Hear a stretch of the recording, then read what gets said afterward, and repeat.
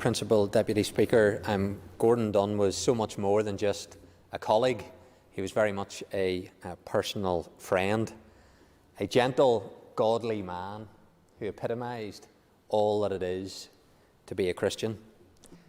An encourager, somebody who would have spoke to you in the corridor, picked up the phone, sent text messages, and only in very recent days, when Gordon could barely do that, Gordon was doing that with me.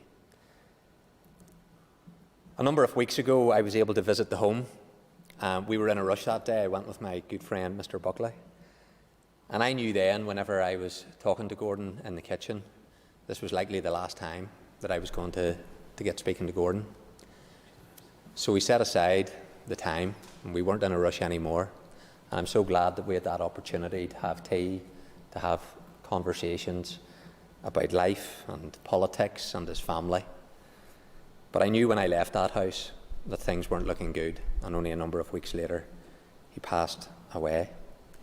I had the opportunity to serve with Gordon on the Economy Committee, and Ms Archibald has spoken very well about his role on that, a committee that he loved, and I served with him on it. More recently on the Justice Committee, I'm not so sure he loved that just as much. He certainly liked to quiz about legal aid, and I think those departmental officials know that he had an interest in that, because it was about public finances. And Gordon always had an interest in how money was being spent, and was it being spent well. I always enjoyed that time with Gordon. He didn't take to the technology of Zoom, and that's why he always went while everybody else was on the Starley facility. Gordon kept coming into this building whenever he could. A faithful public servant, not of that Hollywood style of celebrity and seeking attention.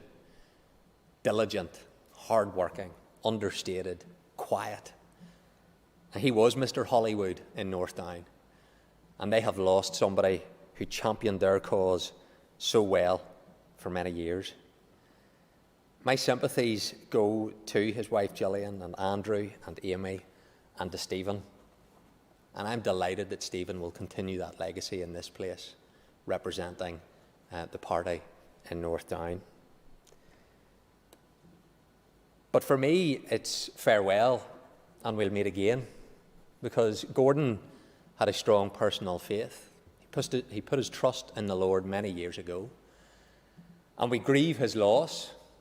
We join with the family as they mourn, but I know I'll see Gordon again, because Gordon's now in eternity with the Saviour that he loved, the Saviour that I love.